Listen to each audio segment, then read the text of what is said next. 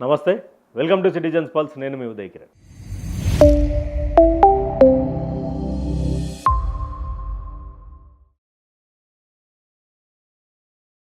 తెలంగాణ రాష్ట్రంలో కాంగ్రెస్ పార్టీ ప్రభుత్వం వచ్చిన తర్వాత కొంత తెలంగాణకు అన్యాయం జరుగుతుందని చెప్పేసి బహిరంగంగా బీఆర్ఎస్ పార్టీ నాయకులు ఆరోపిస్తూ ఉన్నారు. ఓవైపు బీజేపీ కూడా అంత బహిరంగంగా ఆరోపించకుండా కూడా శుతిమెత్తగా ఆరోపిస్తున్నటువంటి సందర్భం కనిపిస్తూ ఉన్నది.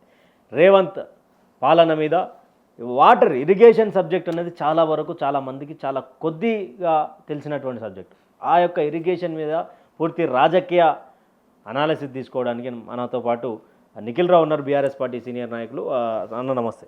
అంటే నేను ఇంట్రోలో చెప్పినట్టు ఇరిగేషన్ అనేది చాలా వరకు అర్థం కానటువంటి డిపార్ట్మెంట్ సైజ్ చూడవచ్చు. అది అంటే ఒక ఇరిగేషన్ మీద మీరు కొంత పట్టు సాధించినటువంటి సందర్భం. బనకచెర్ల ప్లస్ పాలమూరు రంగారెడ్డి ఎట్లా చూడొచ్చు అన్న? అంటే ఇప్పుడు పాలమూరు రంగారెడ్డికి కేసీఆర్ పూర్తిగా అన్యాయం చేసేసిండు, కేసీఆర్ అసలు శాపం పెట్టేసిండు, కేసీఆర్ తొక్కేసిండు, పాలమూరు రంగారెడ్డి మేమే చేస్తామని చెప్పి రేవంత్ రెడ్డి మొన్న సభలో మాట్లాడండి. ఎట్లా చూడొచ్చు? అంటే నిజంగా పాలమూరు రంగారెడ్డికి అన్యాయం చేసింది ఎవరు, న్యాయం చేయబోతుంది ఎవరు? అయితే మనం తెలంగాణ రాష్ట్రం కావాలని కొట్లాడింది కానీ సాధించి తెచ్చుకున్నది కానీ నీళ్లు, నిధులు, నియామకాలు అనే టైటిల్తోని. దాంట్లో నీళ్లు అనేది మన ప్రధాన ఎజెండా.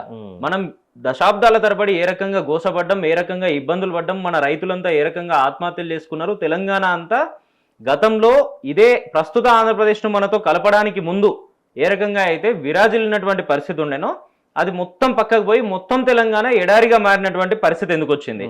ఇదంతా మనం అనాలిసిస్ చేసినాడు. తెలంగాణను ఎడారి చేయాలని ఉమ్మడి రాష్ట్ర పాలకులంతా కూడా ఆలోచన చేసి మన నీళ్లు, నిధులు, నియామకాలు ఇవన్నీ దోసుకుపోయినరు అన్నది మనం పెట్టినటువంటి అలిగేషన్ ఆనాడు ఇదే ఆంధ్రప్రదేశ్కు సంబంధించినటువంటి అనేక మంది నాయకులు ఏం మాట్లాడుతూ ఉంటారంటే ఇది కేవలం అలిగేషన్ మాత్రమే అని చెప్పినరు. సరే, 2014లో రాష్ట్ర విభజన జరిగింది, తెలంగాణ తెచ్చుకున్నాం.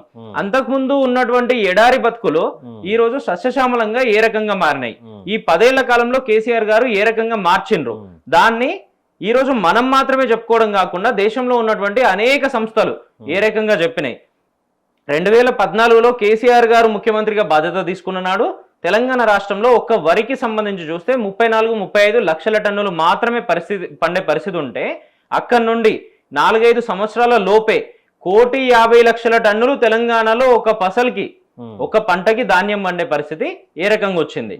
కేవలం ఈ నీళ్లు, దానికి సంబంధించిన ఎలక్ట్రిసిటీ, రైతుకు పెట్టుబడి సాయం ఇవ్వడము, ఇట్లా అన్ని రకాలుగా రైతును మనము కడుపులో పెట్టి కాపాడుకుంటే ఇటువంటి రిజల్ట్ వచ్చినటువంటి పరిస్థితి.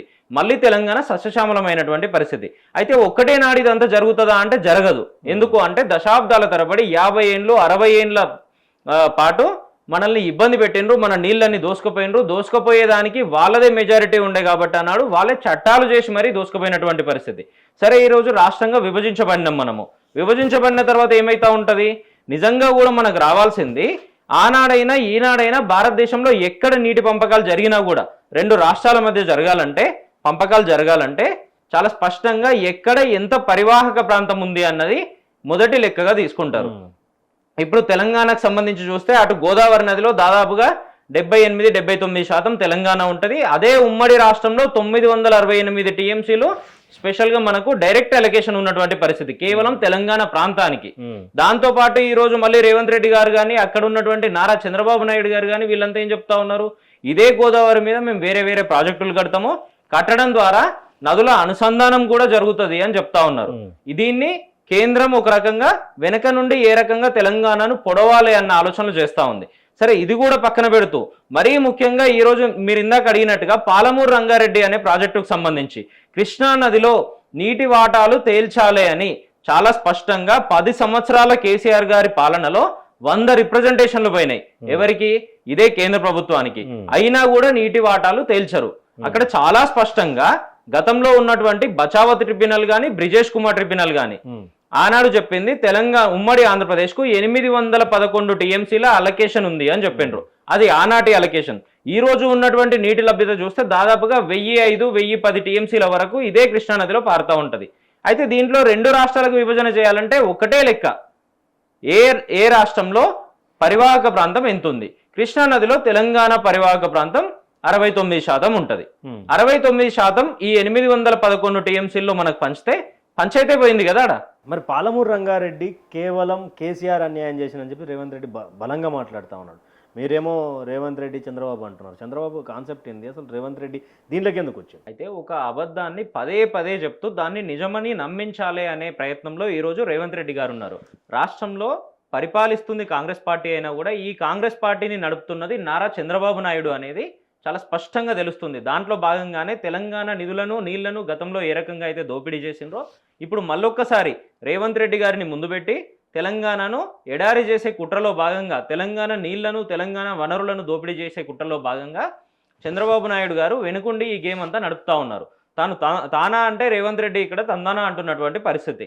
ఇట్లా చూస్తూ ఉంటే ఇదే పాలమూరు రంగారెడ్డికి సంబంధించి ఒకవైపు స్పష్టంగా నీటి వాటాలు తేల్చాలి అని ఆనాడు మనమున్న నాడు కొట్లాడుతూ ఉంటే ఈరోజు రేవంత్ రెడ్డి గారు ఏదన్నా సమావేశానికి కేంద్ర జలసంఘం పిలుస్తూ ఉంటే అక్కడికి పోయి అక్కడ ఉన్నటువంటి మిర్చి బజ్జీలు తినొస్తూ ఉన్నాడు తప్పితే కంప్లీట్గా ఇష్యూస్ అన్నీ కూడా సైడ్ లైన్ చేసే విధంగా మాత్రమే ఆలోచనలు చేస్తూ ఉన్నారు. ఇక్కడ చాలా స్పష్టంగా ఇందాక నేను చెప్పినట్టుగా తెలంగాణ రాష్ట్రానికి 811 టీఎంసీలు గతంలో ఏదైతే ఉమ్మడి రాష్ట్రానికి అలొకేషన్ ఉండేనో 69% పరివాహక ప్రాంతం బేసిస్లో పూర్తి స్థాయిలో మనకు 550, 600 టీఎంసీలు నీళ్లు రావాల్సిన అవసరం ఉంది. ఈరోజు ఆ నీళ్లను మొత్తం పక్కదారి పట్టిస్తూ ఈరోజు కూడా ఆ వాటాల గురించి ప్రశ్నించకుండా కేవలం కేసీఆర్ గారిని మాత్రమే బదనాం చేయాలన్నది వీళ్ళ ఆలోచన. అంటే గతంలో కేసీఆర్ కూడా సంతకం చేసినటువంటి సందర్భం ఉన్నది అన్నారు కదా ఇదే మాట. ఇదే రేవంత్ రెడ్డి గారు నిన్నగాక మొన్న కూడా కేసీఆర్ గారిని మాత్రమే బదనాం చేయాలనే కుట్రకు తెరలేపుతా ఉన్నారు కదా. స్పష్టంగా కేసీఆర్ గారు ఏం సంతకం చేసిండ్రు అంటే మీకు ఒక్కసారి ఇది చూడాల్సిన అవసరం ఉంది. స్వయంగా ఆనాడు అఫీషియల్గా కేంద్ర జలసంఘం దగ్గర జరిగినటువంటి సమావేశంలో ఈ 299 టీఎంసీలు అనేది ఏదైతే చర్చ నడుస్తూ ఉందో ఈ ఒక్క వాటర్ ఇయర్కి మాత్రమే అనేది చాలా స్పష్టంగా ఇక్కడ రాసి ఆనాడు మన తెలంగాణ ఇరిగేషన్ డిపార్ట్మెంట్కి ప్రిన్సిపల్ సెక్రటరీగా ఉన్నటువంటి ఎస్కే జోషి గారు సంతకం పెట్టిండ్రు ఒకవైపు. దీనికి అగ్రీ చేస్తూ ఆనాడు ఈ రోజు ఎవరైతే తెలంగాణకు ఇదే రేవంత్ రెడ్డి గారికి ఇరిగేషన్ అడ్వైజర్గా ఉన్నారో ఆదిత్యనాథ్ దాస్ అనే వ్యక్తి ఆనాడు చంద్రబాబు నాయుడు గారు ముఖ్యమంత్రిగా ఉంటే ఆయనకు అడ్వైజర్గా, ఆయనకు ప్రిన్సిపల్ సెక్రటరీగా ఉన్నారు. ఆయన కూడా ఆంధ్రప్రదేశ్ ప్రభుత్వంకి సంబంధించిన రిప్రజెంటేటివ్ హోదాలో దీని మీదనే సంతకం పెట్టినటువంటి పరిస్థితి. ఈ మొత్తం 299 టీఎంసీలు అనేది కూడా ఆనాడు మనకు ప్రాజెక్టులు లేవు కాబట్టి ఉమ్మడి రాష్ట్రంలో ఇదే కాంగ్రెస్ పార్టీ ప్రాజెక్టులు కట్టకుండా తెలంగాణను ఇంటెన్షనల్గా ఎండబెట్టింది కాబట్టి ప్రాజెక్టులు కట్టుకునేంత వరకు అని చెప్పేసి ఆ ఒక్క సంవత్సరానికి మాత్రమే 299 టీఎంసీలకు ఓకే చెప్పినామన్నాడు. అయినా కూడా ఈ రోజు వరకు అదే కంటిన్యూ చేస్తూ తెలంగాణ రాష్ట్రాన్ని అన్ని రకాల భారతీయ జనతా పార్టీ ఇబ్బందులు పెడతా ఉంది. వాళ్ళు ఇబ్బంది పెట్టేదానికి ఈ రోజు చంద్రబాబు నాయుడు కూడా ఒక దొంగలాగా తోడైనాడు కాబట్టి రేవంత్ రెడ్డి గారిని ముందు పెట్టి తెలంగాణను ఇంకా ఎడారి చేయాలి, ఇంకా వెనక్కి నెట్టాలి అనే విధంగా, ఏ రకంగా దోసుకోవాలి అనే విధంగా చంద్రబాబు నాయుడు ఈరోజు ముందుకు నడుపుతున్నటువంటి పరిస్థితి.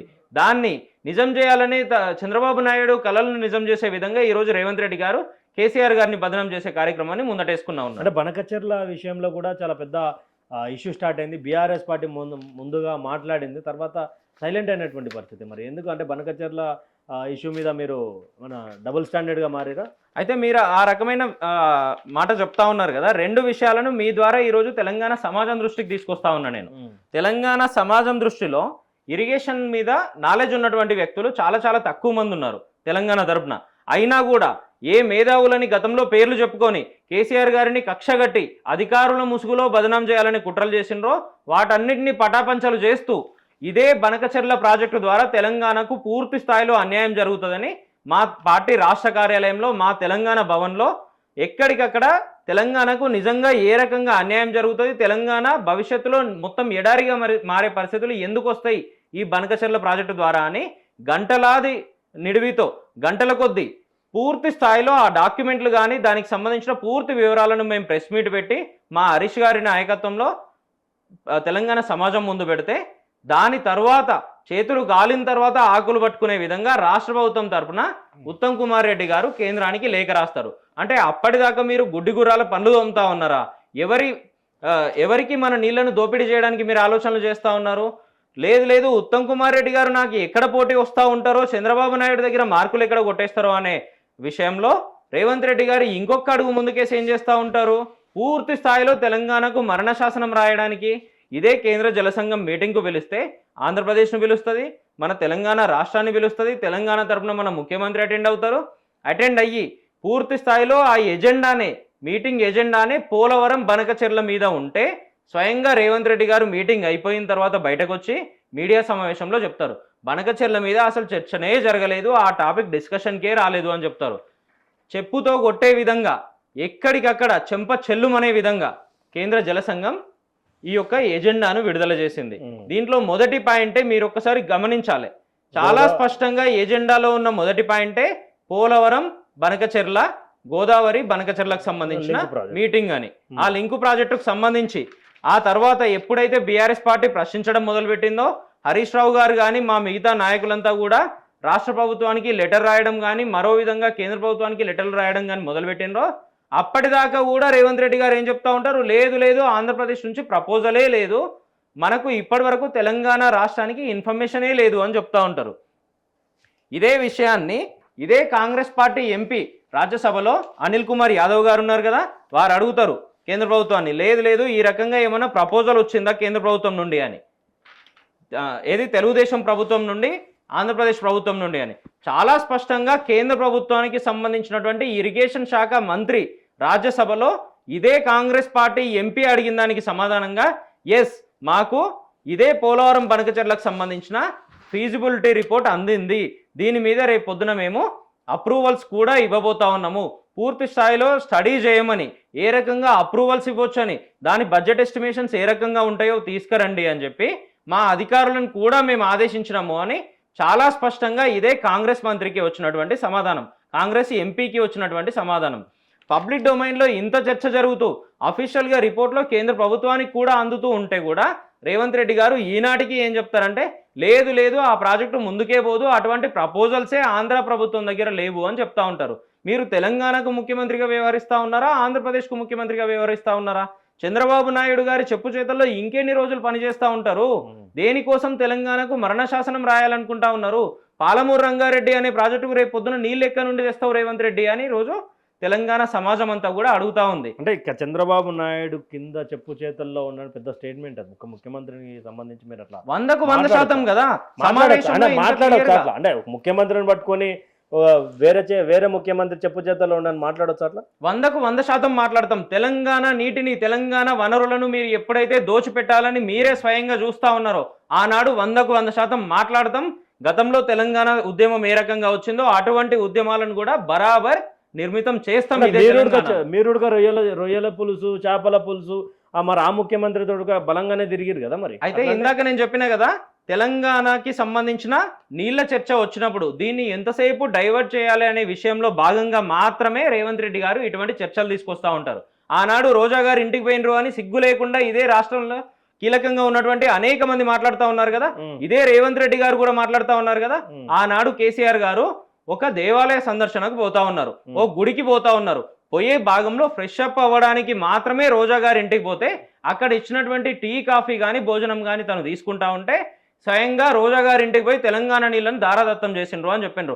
ఒక్క మీటింగ్ ఎజెండా కానీ ఆనాడు దాదాపుగా 10 సార్లు సమావేశాలు జరిగినాయి కదా 10 సంవత్సరాల్లో, ఒక్క మీటింగ్ ఎజెండా కానీ కేసీఆర్ గారు సంతకం పెట్టినట్టు పబ్లిక్ డొమైన్ లో పెట్టండి. ఈ రోజు వరకు స్పష్టంగా ఇదే పాలమూరు రంగారెడ్డికి 90 TMCల అలొకేషన్ ఇచ్చినాం కదా మేము.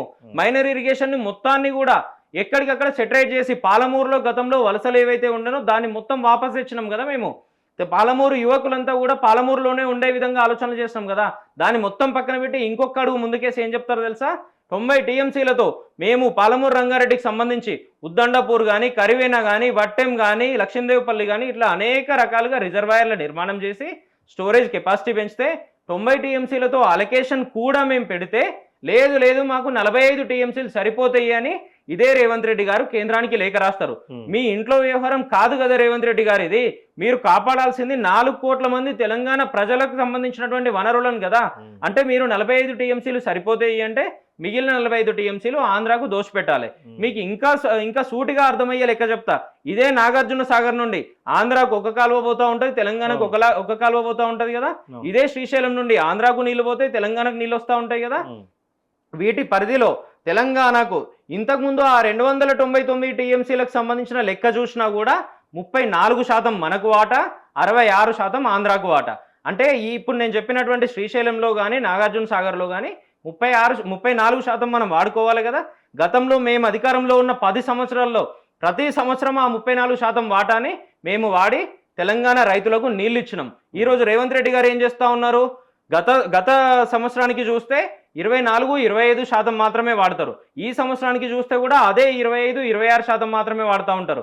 మిగిలిన 7-8% మీరు కావాలని ఆంధ్రప్రదేశ్ ప్రభుత్వానికి ఏ రకంగా తరలించే విధంగా వాళ్లకు సపోర్టు చేస్తూ ఉన్నారు. మీరు ఎందుకు వాడలేకపోతా ఉన్నారు? ఈరోజు మాట్లాడితే కాళేశ్వరం కాలింది కూలింది అని మీరే చెప్తారు. పాలమూరు రంగారెడ్డిని కేసీఆర్ ఎందుకు నిర్మాణం చేయలేదు అని మీరే చెప్తా ఉంటారు. ఆనాడు ఎన్జిటిలో కానీ సుప్రీంకోర్టులో కానీ కేసులు వేసింది ఎవరు? ఇదే కాంగ్రెస్ పార్టీ కాదా? ఇదే కాంగ్రెస్ పార్టీలో ఈ రోజు రాజకీయాన్ని ప్రభుత్వంలో మంత్రి పదవులను వెలగబెడుతున్నోళ్ళు కాదా? మీరే కాదా వాళ్ళందరినీ వెనుకుండి నడిపింది? ఇన్ని చేసిన మీరు వచ్చి ఈరోజు మళ్ళీ పాలమూరులో తట్టెడు మట్టి కూడా ఎత్తకుండా సుక్క నీళ్లు కూడా ఇవ్వకుండా పాలమూరును పడేయబెట్టే విధంగా ఆలోచనలు చేస్తూ అక్కడ ఉన్నటువంటి సమాజం నుండి వ్యతిరేకత వస్తుందేమో అని గ్రహించి కేసీఆర్ గారికి ఆపాదించే ప్రయత్నాలు చేస్తూ ఉన్నారు. కేసీఆర్ గారు 100 లెటర్లు రాసిండ్రు కదా, 100 సార్లు కేంద్ర జలశక్తి శాఖ మంత్రి దగ్గరికి పోయి వచ్చిండ్రు కదా, మాకు స్పష్టమైన విభజన చేయండి, మా పాలమూరు రైతులు ఇబ్బంది పడతా ఉన్నారన్నారు కదా. మీకు ఇంకొకటి ఇప్పుడు చెప్తా ఉన్నారు కదా, ఆనాడు కాంగ్రెస్ పార్టీ ప్రాజెక్టులు కట్టింది, బీఆర్ఎస్ ప్రభుత్వం ఒక్క ప్రాజెక్టు కూడా కట్టలే అని చెప్తా ఉన్నారు కదా. నిఖిల్ గారు ఎంత ఇస్తారు అంటే కేసీఆర్ గారిని ఇంతగానం పూడితే ఎంత ఇస్తారు మీకు పార్టీలో? తెలంగాణకు సంబంధించినటువంటి హక్కుల మీద పొగిడితే, తెలంగాణ ఉద్యమకారులు తెలంగాణకు సంబంధించిన నీటి వనరులను కాపాడితే ఎటువంటి గొప్ప పేరు వస్తుందో ఆ పేరు మాత్రమే మాకు వస్తుంది. పైసల కోసం ఆలోచించే వాళ్ళు ఇదే రేవంత్ రెడ్డి గారు, ఇదే చంద్రబాబు నాయుడు, ఇదే కాంగ్రెస్ పార్టీ. ఎందుకంటా ఉన్నా అంటే ఈ 2.5 సంవత్సరాల కాల పరిమితిలో ప్రధాన ప్రతిపక్షంగా ఉండి 10ల సంఖ్యలో కేసులు పెట్టినా కూడా ప్రాణాలు తెగేదాకా కూడా పేగులు తెగేదాకా కూడా కొట్లాడుతున్నాం కదా మేము. అది మేము ఎక్స్పెక్ట్ చేస్తున్నటువంటి కేసుల వరకు పోవాల్సిన అవసరమే ఉంది. రేవంత్ రెడ్డి గారు మేము ఏం మాట్లాడినా కేసులు పెడతా ఉన్నారు కదా. పొద్దున్న లేస్తే పోలీసు వచ్చి మా ఇంటి ముందర నిలబడతా ఉంటారు కదా. తిట్టేది ఎందుకు అంటున్నాను? మేము ఇంత స్పష్టంగా డాక్యుమెంట్లు చూపించి విమర్శలు చేస్తా ఉంటే కూడా తిడుతున్నాము అని అంటే మీరు ఒక్కసారి ఆలోచన చేయాల్సిన అవసరం ఉంది. రేవంత్ రెడ్డి గారి సబ్జెక్ట్ లోనే మీరు కూడా మాట్లాడుతూ ఉంటే తెలంగాణ ప్రజలకు తెలంగాణ నీటి వనరులను దోచిపెడుతూ ఆంధ్ర ప్రభుత్వానికి తెలంగాణను ఎడారి చేస్తే కూడా నోరు మూసుకొని కూర్చోమంటారా? ఇదే కాంగ్రెస్ పార్టీ నాయకులు పదవుల కోసం పెదవులు ఏ రకంగా మూసుకుంటా ఉన్నారో ఆ రకంగా మూసుకొని కూర్చునేటువంటి ఉద్యమ పార్టీ నాయకులం మేము. అంటే ఆ రకంగా ఏదైతే వాళ్ళు పదవుల కోసం పెదవులు మూసుకున్నారో ఆ రకంగా ఉండేటటువంటి నాయకులం కాదు. మా కేసీఆర్ గారు మాకు నేర్పింది అది కాదు.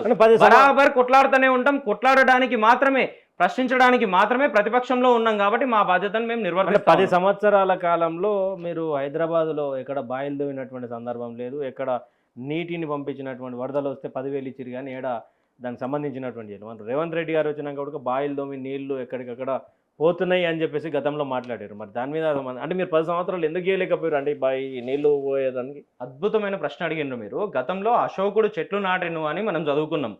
ఇప్పుడు రాబోయే తరాలు రేవంత్ రెడ్డి బావులు దవ్వెను అనే విధంగా ఆలోచనలు చేయాలని రేవంత్ రెడ్డి గారు కలలు కన్నారు. ఈ మధ్య అనేక కలలు కంటా ఉన్నారు కదా వాళ్ళు. దాంట్లో భాగంగా ఇది కూడా ఇంకో కళ. బావులు దవ్వినా కళ కాదు, నిజమే కదా. అంటే ఆయన చెప్పింది అబద్ధమా? అంటే సాక్షాత్తు 100కు 100% కదా. నిన్న 4-5 సెంటీమీటర్లు మాత్రమే వర్షం పడితే కూడా హైదరాబాద్ లో కీలకంగా ఉన్నటువంటి అన్ని ప్రాంతాలు ఏ రకంగా మునిగిపోయినాయి. మరి మీరు బావులు తవ్వితే నీళ్ళన్నీ ఆ బావులలోకి పోవాలి కదా, రోడ్ల మీదనే ఎందుకు నిలుస్తా ఉన్నాయి? హైడ్రా అని తీసుకొచ్చిండ్రు. గతంలో డిజాస్టర్ మేనేజ్మెంట్ అంటే ఇటువంటి విపత్తులు వచ్చినప్పుడు, ప్రకృతికి సంబంధించిన ఇబ్బందులు వచ్చినప్పుడు వాటిని సార్ట్అవుట్ చేయడానికి డిజాస్టర్ మేనేజ్మెంట్ అని ఒక వ్యవస్థను రూపకల్పన చేసి కేటీఆర్ గారు పర్సనల్గా తను మానిటర్ చేసి అద్భుతంగా హైదరాబాద్ కీర్తిని పెంచే విధంగా పనిచేస్తూ ఉంటే హైదరాబాద్ అంతా నీట మునిగే విధంగా మీరు పనిచేస్తూ ఉన్నారు. ఇదే డిజాస్టర్ మేనేజ్మెంట్ను హైడ్రా అనే పేరు పెట్టి హిట్లర్ను స్ఫూర్తిగా తీసుకొని మీరు చేస్తున్నది ఏంది? పేదల ఇండ్లు కూలుస్తూ ఉన్నారు తప్పితే ఇటువంటి వరదలు వచ్చినప్పుడు దాన్ని అడ్రస్ చేస్తున్నటువంటి పరిస్థితి ఎక్కడన్నా ఉందా? దీనికి సంబంధించి వర్షాకాలం మొదలైంది కదా ఆల్రెడీ, ఎండాకాలం అయిపోయింది కదా ఆల్రెడీ, ఎక్కడన్నా మీరు ప్రిపరేషన్ మీటింగ్ పెట్టినటువంటి పరిస్థితి ఉందా? రివ్యూ చేసిండ్రా? ఎంతసేపు ఎక్కడ సభ పెట్టినా కూడా కేసీఆర్ గారిని ఎట్లా విమర్శించాలి, కేటీఆర్ గారిని ఎట్లా బదనం చేయాలి, ఇది మాత్రమే మీ ఆలోచనగా నడుస్తూ ఉంది తప్పితే ఇప్పటి వరకు ఒక్క రివ్యూ పెట్టినరా? మీ దగ్గర ఉన్న ఏ శాఖ మీదనన్నా రివ్యూ పెట్టినరా? హైదరాబాద్ అంతా అతలాకుతలమైంది కదా నిన్న ఒక్కరోజు 4-5 సెంటీమీటర్ల వర్షానికే. రేపు పొద్దున ఇంకా వర్షాలు ఎక్కువ వచ్చే పరిస్థితి ఉంటుంది కదా. గతంలో 10 సెంటీమీటర్లు 15 సెంటీమీటర్ల వర్షం కూడా వచ్చింది కదా. ఆనాడు ఇదే హైదరాబాద్ పరిస్థితి ఏంది? ఒక్కసారి ఆలోచన చేయండి రేవంత్ రెడ్డి గారు. రాష్ట్రంలో ఉన్న ప్రజలను ఇబ్బంది పెట్టకండి. గతంలో ఏదైతే తెలంగాణ రాష్ట్రంలో హైదరాబాద్ను ప్రపంచంలోనే ఒక బెస్ట్ సిటీగా నిర్మాణం చేసేదందుకు మీరు ఇందాక అడిగినారు కదా గతంలో మీరేం చేసిండ్రు అని SNDP అని మేము ఒక ప్రోగ్రామ్ తీసుకున్నాం. స్ట్రాటజిక్ నాలా డెవలప్మెంట్ ప్రోగ్రామ్ అని ప్రోగ్రామ్ తీసుకొని ఎక్కడికక్కడ నాలాలు నిర్మాణం చేసినాం మేము. STDP అని తీసుకున్నాం, స్ట్రాటజిక్ టౌన్ డెవలప్మెంట్ ప్రోగ్రామ్ అన్నాం మేము అని ఎక్కడికక్కడ ఫ్లైఓవర్లు కానీ మిగతావి కానీ నిర్మాణం చేసినాం. ఇవన్నీ పక్కన పెట్టి బావులు తవ్వాలి అనే ఆలోచన మీకు ఎవరిచ్చిండ్రు, మీకు ఏమన్నా నాలెడ్జ్ ఉందా దీని మీద అనేది రేవంత్ రెడ్డి గారు ఒక్కసారి ఆత్మవిమర్శ చేసుకోవాల్సిన అవసరం ఉంది. ఢిల్లీకి మరి దీని మీదనే పోతా ఉన్నాడా, దేనికి పోతా ఉన్నాడు? ఢిల్లీకి ఈరోజు పోతా ఉన్నాడు. మేము అనేక సార్లు చెప్తా ఉన్నాం కదా, ఢిల్లీకి కప్పం కట్టడం మాత్రమే వీళ్ళ ఎజెండా. తెలంగాణ రైతుల ఖాతాల్లో డబ్బులు వేయమంటే వెయ్యరు వీళ్ళు. వీళ్ళే హామీ ఇచ్చినటువంటి మహిళలకు 2500 ఇవ్వమంటే ఇచ్చే ఆలోచన చేయరు. కానీ రాహుల్ గాంధీకి మాత్రం ఎక్కడ ఎన్నికలు వచ్చినా, ఎక్కడ పార్టీ అవసరాలు ఉన్నా కూడా తెలంగాణ డబ్బులన్నిట్లను ఆధారాలు ఉన్నాయి. అంటే బీఆర్ఎస్ తన ఆధారాలు ఉన్నాయి, 1000 కోట్లు అంటారు అదంటారు. మీరు అడిగినారు కదా ఇప్పుడు, ఇదే ఆధారాలు మీరు నన్ను అడగడానికి ముందు ఒక్కసారి గతంలో రేవంత్ రెడ్డి గారు నిన్నగాక మొన్న వాళ్ళ శిక్షణ శిబిరాలు జరిగినాయి కదా ఇదే తెలంగాణలో, 100 రోజులు కూడా గడవలేదు కదా, స్పష్టంగా చెప్పిండ్రు రానున్న రోజుల్లో కేరళలో ఎన్నికలు రాబోతా ఉన్నాయి, మనందరం త్యాగం చేసి 1000 కోట్ల రూపాయలు మనము కేరళ ఎన్నికల కోసం పార్టీకి మనందరం మద్దతు పలకాల్సిన అవసరం ఉంది అని చెప్పిండ్రు. ఈ రోజు ఆ 1000 కోట్లు మీరేం తట్టపార పనికి పోయినరా, ఇంకేదైనా పనికి పోయి తీసుకొచ్చిండ్రా? ఎక్కడి నుండి వచ్చినాయి ఆ 1000 కోట్లు? స్పష్టంగా రాష్ట్ర ముఖ్యమంత్రి చెప్తా ఉన్నాడు కదా 1000 కోట్లు మనం పంపాలి అని. తెలంగాణ ప్రజల సొమ్ము కాదా అది? మీరు పక్క రాష్ట్రాల్లో ఎన్నికల ఖర్చు పెడతా ఉంటారు, మీ పార్టీ అవసరాలకు పెట్టలేదా? పంజాబ్ లో, మహారాష్ట్రలో పెట్టలేదు. అక్కడ ఉన్నటువంటిది మేము రైతులు ఇబ్బందులు పడితే ఇచ్చినటువంటి పరిస్థితి. ఈ రోజు మీరేం చేస్తా ఉన్నారు? పార్టీ అవసరాలకు తీసుకుపోతా ఉన్నారు. మేము ఆనాడు లెక్క చెప్పి ఇచ్చినాము. ఈ రోజు మీరు తెలంగాణలో ఉన్నటువంటి అనేక రకాల వనరులను దోపిడీ చేస్తూ అనేక కొత్త ప్రాజెక్టులు తీసుకొస్తున్నామనే పేరుతో రీడిజైన్లు చేస్తూ ప్రాజెక్ట్ ఎస్టిమేషన్లు పెంచుతూ దాని ద్వారా వచ్చే కమిషన్లను కూడా మీరు ఈరోజు ఢిల్లీకి కప్పం కడుతున్నటువంటి పరిస్థితి, రాహుల్ గాంధీ గారికి తీసుకుపోతున్నటువంటి పరిస్థితి. ఇన్ని చేస్తూ మీలాంటి వాళ్ళము నాలాంటి వాళ్ళం ప్రశ్నిస్తూ ఉంటే ఏం చేస్తారు తెలుసా? మన మీద కేసులు పెడుతూ, పార్టీ లోపల ఉన్న వాళ్ళ మీద కేసులు పెట్టలేరు కదా, అందుకే నిన్నగాక మొన్న వాళ్ళ పార్టీ ఇన్ఛార్జ్ ఎవరైతే మీనాక్షి నటరాజన్ గారు ఉన్నారో తనకు సంబంధించి రాజ్యసభ సీటుని వాళ్ళ పార్టీ ఆఫర్ చేస్తే కూడా చూడలేక గతంలో రేవంత్ రెడ్డి గారు ఏదైతే HCUకి సంబంధించి హైదరాబాద్ సెంట్రల్ యూనివర్సిటీ భూముల విషయంలో ఏ రకంగా అయితే వ్యవహారం చేసి వందలాది కోట్ల రూపాయలు కమిషన్ల పేరుతో తీసుకున్నారో, స్వయంగా తనే ఆ మాట చెప్పిండ్రో కమిషన్లు ఇచ్చినాం మేము అని చెప్పేసి, వాళ్లకు కావాల్సిన వాళ్ళకే ఇప్పించుకున్నారో, ఇటువంటివి ఇదే వాళ్ళ పార్టీ ఇన్ఛార్జ్ మీనాక్షి నటరాజన్ గారు ప్రశ్నించిండ్రు. పబ్లిక్ డొమైన్లోనే ప్రశ్నించిండ్రు కదా, వాళ్ళు 4 గోడల మధ్య మాత్రమే కాదు కదా, మనలాంటి వాళ్ళం అందరం చూసినాం కదా, ఇటువంటివి ప్రశ్నిస్తూ ఉన్నారని ఆ ఇన్ఛార్జ్ మీద కక్ష కట్టి ఈరోజు తన నామినేషన్ తిరస్కరణకు గురయ్యే విధంగా ప్రయత్నాలు చేసిండ్రు. ఈ విషయం నేను చెప్తే మీరేమంటారు? ఇప్పుడు మళ్ళీ ప్రధాన ప్రతిపక్షం కాబట్టి మీరు ఇట్లాంటి విమర్శలు చేస్తూ ఉంటారు అని చెప్తా ఉన్నారు. ఏ మధ్యప్రదేశ్ నుంచి అయితే సీట్ ఆఫర్ చేసిండ్రో రాజ్యసభ సీటు, ఆ మధ్యప్రదేశ్ మంత్రే చెప్పిండు స్వయంగా, లేదు తన మీద తెలంగాణలో ఒక కేసు ఉందంట, ఆ కేసు వివరాలు మీనాక్షి నటరాజన్ కూడా నిజంగానే తెలియదంట, కానీ తెలంగాణలో ఉన్నటువంటి నాయకులు కాంగ్రెస్ పార్టీలో కీలకంగా ఉన్న వాళ్ళే ఆ కేసు వివరాలు మాకు అందిస్తే ఈరోజు మేము ఎలక్షన్ కమిషన్ కు నోటిఫై చేసినాము, చేయడం వల్ల తిరస్కరణకు గురైంది అని చెప్పిండ్రు. దీని మీద ఇదే భారతీయ జనతా పార్టీకి సంబంధించి గతంలో తెలంగాణతో అనేక రకాలుగా కలిసి పనిచేయాలనో లేదంటే ఇక్కడ ఎంటర్ కావాలనో చూసినటువంటి వాళ్ళ అగ్రనాయకుడు పార్టీ ప్రధాన కార్యదర్శి బిఎల్ సంతోష్ గారు కూడా చాలా స్పష్టంగా చెప్పిండ్రు, రాహుల్ గాంధీ గారు మీరు బయట అనేక విషయాలు చెప్తా ఉన్నారు కదా, ముందు మీ పార్టీలో కోవట్టులు ఎవరైతే ఉన్నారో వాళ్ళ మీద దృష్టి పెట్టండి, మీ పార్టీ వాళ్ళే చెప్పిండ్రు మాకు.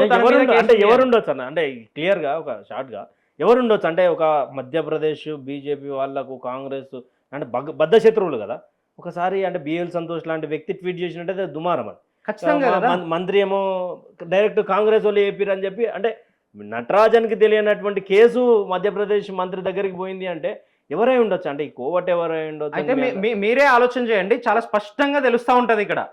మీనాక్షి నటరాజన్ గారు అనేవాళ్ళు ఇదే రేవంత్ రెడ్డి ముఖ్యమంత్రి అయిన తర్వాత సంవత్సరం తర్వాత ఇన్ఛార్జ్కి వస్తారు. అంటే రాష్ట్రంలో ఉన్న పోలీస్ విభాగం అంతా కూడా రేవంత్ రెడ్డి గారి కంట్రోల్లోనే ఉంది కదా, హోంమంత్రి కూడా రేవంత్ రెడ్డి గారే కదా. పోలీసు ఒక కేసు పెట్టాలంటే, అది వాళ్ళ పార్టీ ఇన్ఛార్జ్ మీద కేసు పెట్టాలంటే, గాంధీ భవన్ కు సంబంధించినటువంటి విషయంలో కేసు పెట్టాలంటే రేవంత్ రెడ్డి గారి కన్సల్ట్ లేకుండా అయ్యే పరిస్థితి ఉంటుందా? ఉండదు. కాబట్టి ఈరోజు రేవంత్ రెడ్డి గారు తప్ప ఇంకొకరు అడ్డుకున్న పరిస్థితే లేదు. ఇంత స్పష్టంగా ఎందుకంటా ఉన్నామంటే పార్టీకి సంబంధించినటువంటి అంతర్గత విషయాల్లో కానీ పబ్లిక్ డొమైన్లో కానీ మీనాక్షి నటరాజన్ గారు ఇందాక నేను చెప్పినట్టుగా హెచ్సియు విషయంలో కానీ మూసి బాధితుల విషయంలో కానీ లగచర్ల రైతుల విషయంలో కానీ ఇదే రేవంత్ రెడ్డి గారిని ప్రశ్నించిండ్రు కాబట్టే కక్షగట్టి ఈరోజు ఆ సీటు రాకుండా చేసిండ్రు. మీరు సొంత పార్టీ వాళ్ళను కూడా ఎదగనిచ్చే పరిస్థితి లేదు, మొత్తం మీకే ఉండాలి, మీరు చెప్పిందే జరగాలనే విధంగా పక్క పార్టీ నుంచి వచ్చినటువంటి మీరు ఒరిజినల్ కాంగ్రెస్ ను పక్కకు దోస్తున్నటువంటి పరిస్థితి ఈరోజు. అంటే ఇప్పుడు రైతులు అన్నారు కాబట్టి చెప్తా ఉన్నా, గతంలో మీరు కూడా గుంజుకున్నారు కదా భూములు, న్యాయానికి మాట్లాడితే గుంజుకున్నటువంటి డ్యాముల పేరు మీద దాని మీద గుంజుకున్నారు. తర్వాత రైతు బంధు 5,000 వేసే వీళ్ళు 7,500 అన్నారు. మరి ఈ కాంగ్రెస్ పార్టీ రైతులకు పెద్దపీటనే వేసింది కదా, వేసిందని మీరు అంటా ఉన్నారు కదా. ఇదే మైకు తీసుకొని నేను అంటలేను, వాళ్ళు చెప్పినటువంటి 7,500 కానీ లేకపోతే ఈ ఐకేపీ సెంటర్ల కాడ ధాన్యం కొనుగోలు కానీ పూర్తిగా అంటే ఈసారి ఎక్కువ వచ్చింది అని చెప్పి మాట్లాడుతున్నాం. కొనుగోలు జరిగిన 80% కొన్నాము అంటే కేంద్రం మెడలు వంచి కొన్నాము అని చెప్పేసి మంత్రి ఉత్తమ్ కుమార్ రెడ్డి మాట్లాడుతూ ఉన్నాడు. గతంలో మీరు కొనలేదని చెప్పి స్టేట్మెంట్ ఇచ్చారు. కేంద్రం మెడలు మీరు వంచినరా, 4 రోజులైతే మీ మెడలు రాష్ట్ర ప్రజలు వంచుతారా అన్నది స్పష్టంగా తెలుస్తుంది. ఎప్పుడు ఎన్నికలు వచ్చినా కూడా తెలియజేయడానికి ఇదే రైతన్నలంతా కూడా సిద్ధంగా ఉన్నారు. ఎందుకు అంటే ఇదే ఉత్తమ్ కుమార్ రెడ్డి గారు ఏం చెప్తారు, ఏది ఈ కొనుగోళ్లకు సంబంధించిన ప్రక్రియ మొదలు కావడానికి 2 రోజుల ముందు ప్రెస్ మీట్ పెట్టి, ఏప్రిల్ 1కి 2 రోజుల ముందు ప్రెస్ మీట్ పెట్టి రాష్ట్రంలో 1,50,00,000 టన్నులు ధాన్యం పండుతా ఉంది ఈ ఫసల్కి సంబంధించి, దాంట్లో 90 లక్షల టన్నులు మేము కొనుగోలు చేయబోతా ఉన్నాం, దానికి సంబంధించిన ప్రిపరేషన్ మొత్తం చేసుకున్నాము అని చెప్పిండ్రు ఏప్రిల్ 1కి 2 రోజుల ముందు.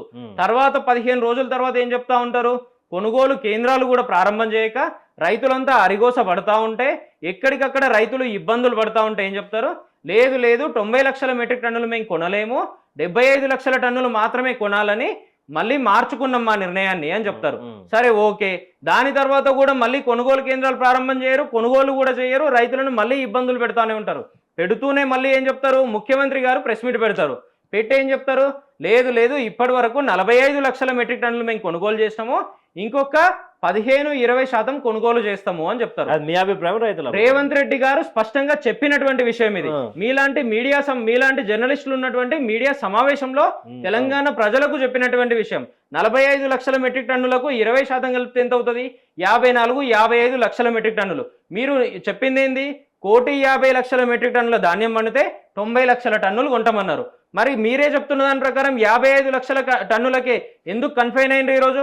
మిగతా ధాన్యం అంతా ఈ రోజుకు రైతులు ఇబ్బంది పడతా ఉన్నారు కదా, దాన్ని ఎందుకు తీసుకోలేకపోతా ఉన్నారు, డబ్బులు ఎందుకు విడుదల చేయకపోతా ఉన్నారు? ఇంకో విషయం మీరే అన్నారు కదా, రైతు బంధు విషయంలో ఆనాడు కేసీఆర్ 5,000 ఇచ్చిండు, మాకు అవకాశం ఇవ్వండి 15,000 రూపాయలు ఇస్తాము అంటే ఒక్క పంటకు 7,500 ఇస్తామన్నారు. ఈ రోజు వరకు ఎందుకు ఇవ్వలేకపోయినరు? ఇచ్చిన శ్రీధర్ బాబు క్లియర్ గా చెప్తా ఉన్నాడు. శ్రీధర్ బాబు గారు నిన్న చెప్తా ఉంటే మీరు ఒక్కసారి అదే ప్రెస్ మీట్ ని గమనిస్తే చాలా క్లియర్ గా మీలాంటి జర్నలిస్ట్ ఒకరు అడిగినరు, సార్ ఇప్పటికే 5 సార్లు తెలంగాణలో పంట పండింది, మీరు వచ్చిన తర్వాత 5 క్రాప్లు అయిపోయినాయి, అయినా కూడా 2 సార్లు మాత్రమే విడుదల చేస్తామని మీరే చెప్తా ఉన్నారు. కానీ నేను కూడా ఒక రైతుని, నా పేరు మీద కూడా పొలం ఉంది, నాకు 2 సార్లు కూడా వచ్చినటువంటి పరిస్థితి లేదు అని చెప్పిండ్రు. చెప్తే కూడా శ్రీధర్ బాబు గారు నీళ్లు నమిలినటువంటి పరిస్థితి, కానీ నిజంగా మేము వేసినాము అని గట్టిగా చెప్పలేనటువంటి పరిస్థితి. 100కు 100% రేవంత్ రెడ్డి గారు నిన్నగాక మొన్న కూడా చెప్పిండ్రు కదా, లేదు లేదు మేము 5,000 కోట్లు మాత్రమే విడుదల చేసినామని. వీళ్ళు చెప్తున్నటువంటి 7,500 రూపాయల ప్రకారం చూస్తే కూడా తెలంగాణ రైతులకు వీళ్ళు ఇవ్వాల్సింది 9,000 కోట్లు, 5,000 కోట్లు మాత్రమే ఇచ్చి చేతులు దులుపుకున్నారు, అది ఒక్క పంటకు. మిగిలిన 4 పంటలు ఎగ్గొట్టినటువంటి పరిస్థితి కదా. మరి ఏ రకంగా రైతులను మీరు ఆదుకున్నట్టు, ఏ రకంగా వాళ్ళని కాపాడుకున్నట్టు? ఇందాక ల్యాండ్ అక్విజిషన్ గురించి అడిగినారు కదా మీరు. ఆనాడు కాళేశ్వరం అయితే ఏంది, ఇటువైపు పాలమూరు రంగారెడ్డి అయితే ఏంది, లేదా మిగిలిన డెవలప్మెంట్ వర్కులకు అయితే ఏంది, 100కు 100% మేము ల్యాండ్ అక్విజిషన్ చేసినాం. ఆనాడు మేము ల్యాండ్ అక్విజిషన్ చేసిన నాడు అనేక సమావేశాలకు ఇందాక మీరు చెప్పినటువంటి ఈరోజు ప్రభుత్వంలో ఉన్నటువంటి ఇదే మంత్రి శ్రీధర్ బాబు గారు కూడా మా ల్యాండ్ అక్విజిషన్లో మేడిగడ్డకు సంబంధించిన దాంట్లో పార్టిసిపేట్ చేసిండ్రు. చేస్తే కూడా రైతులకు పూర్తి స్థాయిలో పరిహారం అందించి మేము అక్విజిషన్ చేసినాం. మీరేం చేసిండ్రు? ఈరోజు రైతుల దగ్గర లగచర్లకు సంబంధించిన ఇష్యూ కూడా మనం చూస్తూ ఉంటే ఎక్కడికక్కడ ఇబ్బందులు పెడుతూ అక్కడ ఉన్నటువంటి గిరిజనులందరినీ అర్ధరాత్రి పోలీసులతో కవాతు చేయిస్తూ కొట్టిస్తూ వాళ్ళని జైళ్లకు తరలించినటువంటి పరిస్థితి మీరు చేసిండ్రు. మళ్ళీ ఆలోచన చేస్తే సంగారెడ్డి జైల్లో నిర్బంధం చేసిండ్రు కదా వాళ్ళందరినీ. హీరియా నాయక్ అనే ఒక రైతు నా భూమి పోతా ఉంది అని ఇబ్బంది పడతా ఉంటే ఆ రైతును కూడా వీళ్ళందరితో పాటు తీసుకొచ్చి ఇదే సంగారెడ్డి జైల్లో నిర్బంధించిండ్రు. నిర్బంధించిన క్రమంలో ఆ రైతు గుండెపోటు వచ్చింది. ఇదే ప్రభుత్వం కన్ఫర్మ్ చేసింది గుండెపోటు వచ్చిందని. గుండెపోటు వస్తే దగ్గరలో ఉన్న దవాఖానకు తీసుకుపోవాలి కదా, తీసుకుపోతా ఉంటే కూడా అదే రైతుకు చేతులకు బేడీలేసి తీసుకుపోయినటువంటి ఒక దుర్మార్గమైన ప్రభుత్వం ఇదే రేవంత్ రెడ్డి గారి కాంగ్రెస్ ప్రభుత్వం. అంత ఇబ్బంది పెడుతూ ఎందుకు తీసుకుపోవాల్సిన పరిస్థితి వచ్చింది? ఈరోజు మీరు ల్యాండ్ అక్విజిషన్ చేయడానికి అనేక ప్రొసీజర్స్ ఉన్నాయి కదా. మరో విషయం, ఈరోజు ఫ్యూచర్ సిటీ అని చెప్తా ఉన్నారు.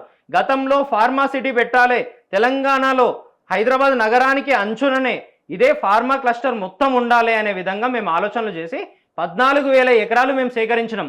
రైతుల దగ్గర నుండే సేకరించినాం కదా, అఫీషియల్గా నోటిఫికేషన్ ఇచ్చి సేకరించినాం కదా, కేవలం ఫార్మాసిటీకి మాత్రమే అని చెప్పి సేకరించినాం కదా. సేకరించిన దాన్ని ఈరోజు మీరు ఏం చెప్తా ఉంటారు?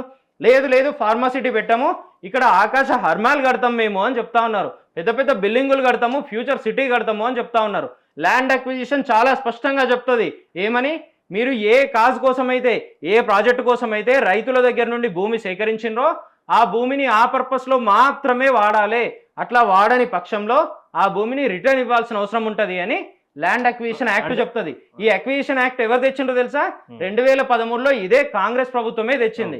మీరు తెచ్చిన ల్యాండ్ అక్విజిషన్ యాక్ట్లో ఏముందో కూడా మీకు తెలియనటువంటి దౌర్భాగ్యమైన స్థితిలో ఈరోజు రాష్ట్రాన్ని కానీ ప్రభుత్వాన్ని కానీ నడుపుతా ఉన్నారు మీరు. అంటే ఫైనల్గా నిఖిల్ గారు, బీఆర్ఎస్ పార్టీకి ప్రధాన బలం, బీఆర్ఎస్ పార్టీకి ప్రధానంగా ఒక ముఖ్య అనుచర గణం సోషల్ మీడియా అని చెప్పేసి ఒక మంత్రి బహిరంగంగా ఒక ప్రెస్ మీట్లో చెప్పిండు.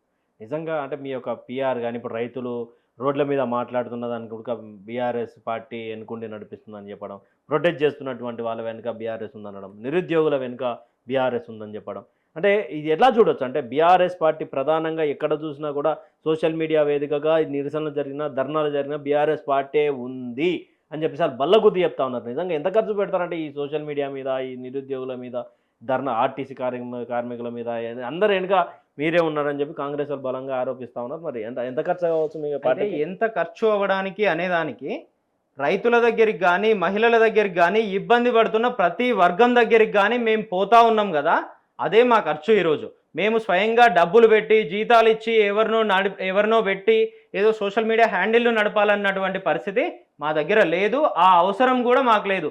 ఎందుకు చెప్తా ఉన్నా అంటే, రాష్ట్రంలో గతంలో 10 సంవత్సరాల్లో అన్ని వర్గాలను ఎట్లా అయితే కడుపున పెట్టి కాపాడుకున్నామో, తెలంగాణను దేశంలోనే అగ్రగామిగా నిలబెట్టాలని ఆలోచనలు చేసి అనేక విభాగాల్లో అనేక పోర్ట్ఫోలియోస్కి సంబంధించి నిలబెట్టి చూపించినామో, ఈరోజు దాన్ని మొత్తాన్ని సంక్షోభం దిశగా నడిపే విధంగా రేవంత్ రెడ్డి గారు ఆలోచనలు చేస్తూ ఉంటే, ప్రధాన ప్రతిపక్షంగా ఇదే రాష్ట్ర ప్రజలు మాకు ఏదైతే బాధ్యత ఇచ్చిందో ఆ బాధ్యతను నిర్వర్తించే క్రమంలో ఈ అన్ని వర్గాల దగ్గరికి మేమే పోతా ఉంటాం. కార్మికులకు ఇబ్బంది అయినా కూడా మేమే ఉంటున్నాం, అక్కడ ఉద్యోగులకు ఇబ్బంది అయినా మేమే నిలబడతా ఉన్నాం. ఆఖరికి మమ్మల్ని ఎత్తుకపోవాలని ఎవరినైతే పోలీసులను పంపుతా ఉన్నారో, మా ఇంటి ముందు గస్తీ పెడతా ఉన్నారో, మా ఫోన్లు ట్యాప్ చేస్తూ ఉన్నారో, అదే పోలీసులకు ఇబ్బంది అయినా కూడా మేమే మాట్లాడుతూ ఉన్నాం. ఈరోజు రైతులకు ఇబ్బంది అయితే మేమే ఉంటా ఉన్నాం. లా అండ్ ఆర్డర్ ఇష్యూస్ వచ్చి అక్కడో ఇక్కడో హత్యలు జరిగితే కూడా వాళ్ళ దగ్గరికి పోయి ఇటువంటి పరిస్థితులు మళ్ళీ ఉత్పన్నం కాకుండా ఏం చేయాలి అనేది కూడా మేమే చెప్తా ఉన్నాం. ఈరోజు 100కు 100% ప్రధాన ప్రతిపక్షంలో కేసీఆర్ గారి సైనికులుగా బాధ్యతాయుతంగా పనిచేస్తూ ఉన్నాం. మీరు చేస్తున్నటువంటి ప్రతి తప్పిదాన్ని కూడా మేమే ప్రశ్నిస్తూ ఉన్నాం. ఇవన్నీ చూస్తూ ఉన్నారు కాబట్టి భయపడి సోషల్ మీడియానో ఇంకోటనో కేసీఆర్ గారి పేరు తీసుకునో, కేటీఆర్ గారి పేరు తీసుకునో, లేదంటే కుటుంబంలో సమస్యలు ఉన్నాయనో ఇటువంటివన్నీ చెప్తూ ఇష్యూలను సైడ్ లైన్ చేయాలని చూస్తూ ఉన్నారు. తెలంగాణ అనేది 100కు 100% గతంలో మీరు దశాబ్దాల తరబడి ఉన్న చరిత్రను చూసినా కూడా పూర్తి స్థాయిలో తెలంగాణ సమాజం చైతన్యవంతమైనటువంటి సమాజం. మీరో నేనో పోయి ఏదన్నా చెప్పుమని చెప్తే చెప్పేటటువంటి పరిస్థితులు ఏ రైతు దగ్గర కానీ, ఏ మహిళ దగ్గర కానీ ఉండదు. స్వయంగా వాళ్ళు ఏం ఫీల్ అవుతా ఉన్నారో, ముఖ్యమంత్రి అనే పదవికి కూడా గౌరవం ఇవ్వకుండా ఇదే రేవంత్ రెడ్డి గారు చేస్తున్నటువంటి దౌర్జన్యాలను వాళ్ళు ప్రశ్నిస్తూ ఉన్నారు భయపడకుండా. అటువంటి చైతన్యవంతమైన నేల ఈ తెలంగాణ నేల.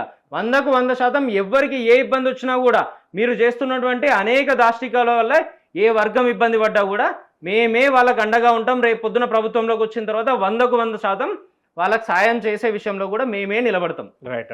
అంటే ఇది ఇప్పటి వరకు పూర్తిగా అంటే అవగాహన రైత్యమో ఏదో తెలియదు కానీ తెలంగాణ రాష్ట్రం అయితే కొంత ఇబ్బందుల పాలవుతుందని చెప్పేసి సోషల్ మీడియాలో అంతా చెప్తా ఉన్నారు. బీఆర్ఎస్ ప్రధానంగా ఆరోపిస్తున్నారు. వాళ్ళేమో లేదు కరెక్ట్గా ఉన్నాం, కరెక్ట్ పరిపాలన చేస్తామని అంటారు. మరి దీని యొక్క వీడియో మీద మీ అభిప్రాయాన్ని అయితే కామెంట్ సెక్షన్లో కామెంట్ చేయండి. నిఖిల్ గారు చేసినటువంటి అనాలిసిస్ పూర్తిగా మరి ఎలా ఉంది అంటే ఎలా అనిపించింది అనేది కూడా కామెంట్ సెక్షన్లో చెప్పండి. Thank you for watching. Stay tune with citizens pulse.